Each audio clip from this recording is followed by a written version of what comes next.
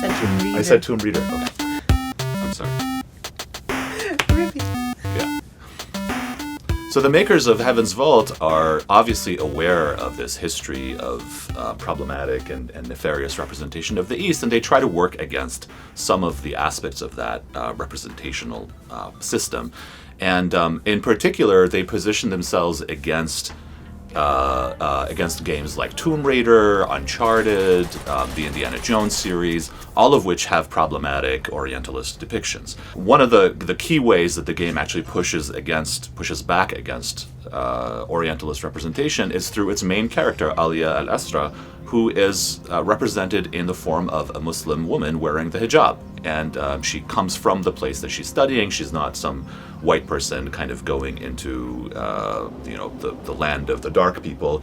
She actually comes from the place, and she's an expert. She's a scholar, and in that way, and she looks like some of the people that she's actually working among, and whose ancient past she's studying.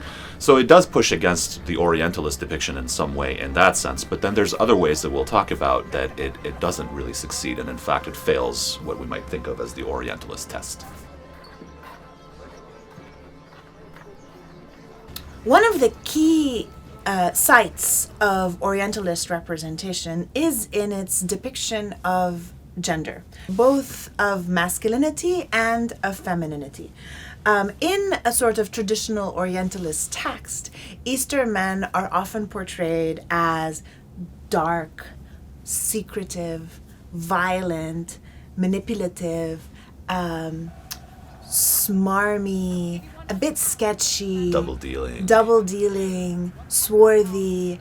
You can think of any number of stereotypes here, from Jafar in Aladdin to some of the characters in Heaven's Vault, including, for example, Tapi, who is a smuggler / merchant, and notice how the game blurs the two, right? Like, he's not an honest merchant. He's a bit manipulative, but he's also a smuggler of artifacts and objects.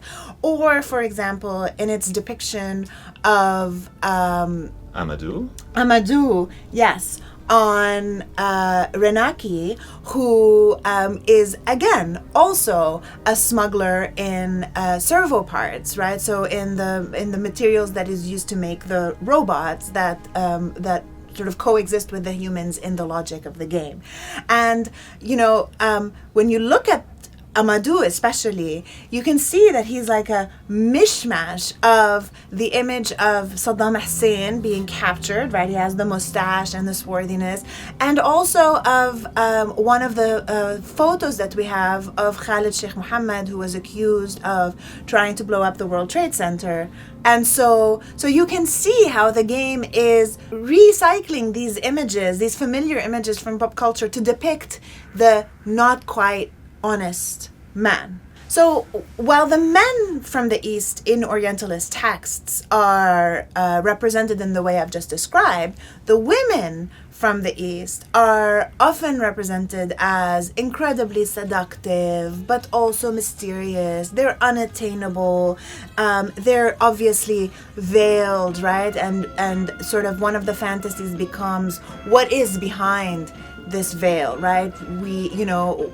So trying to get behind the harem door, or trying to get behind the veil to uncover the sensual mystery of Eastern femininity.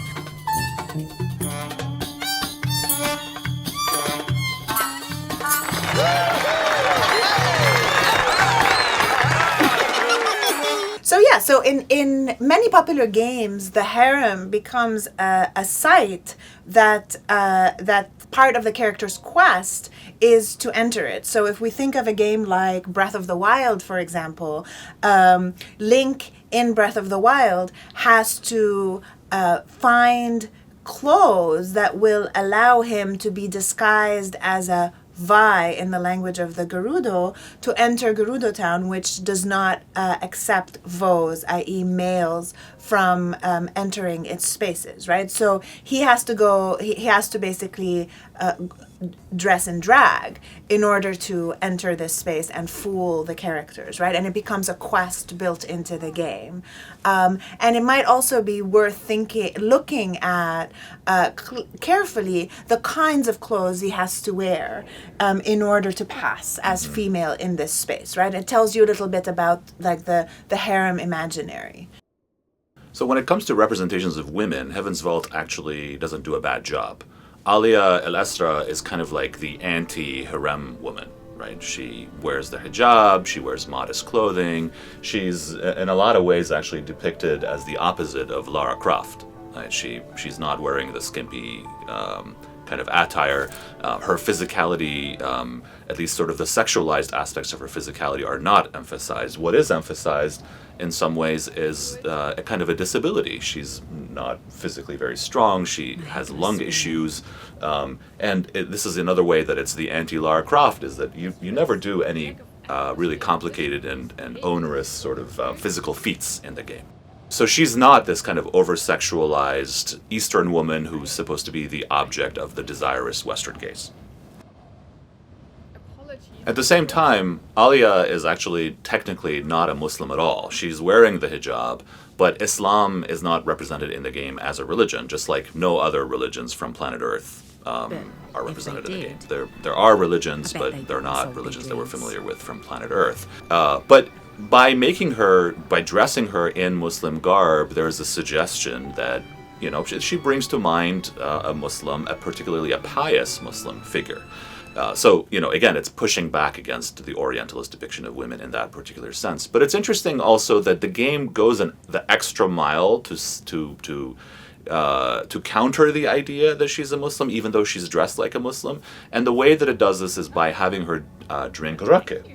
So there's a scene there which can recur over and over again. You can go to this bar and you can drink raki. And raki is an aniseed-based alcoholic drink that is common all across the Middle East and the Mediterranean, and drunk by all sorts of people. Pious Muslims tend not to drink alcohol, and it's especially rare to see a woman with the markers of piety, right? Like with the veil, drinking alcoholic drinks. I'm not saying it's impossible to see that, but it is pretty uncommon to see something like this. So for the game to actually choose to represent the Muslim-looking character as one who is drinking tells you that it wants to detach her from this kind of association of Muslimness, which then I think ends up undercutting the work that it's doing to counter Orientalism. Right. A Muslim woman walks into a bar. ... The cool rucker burned my throat, and Timur smiled.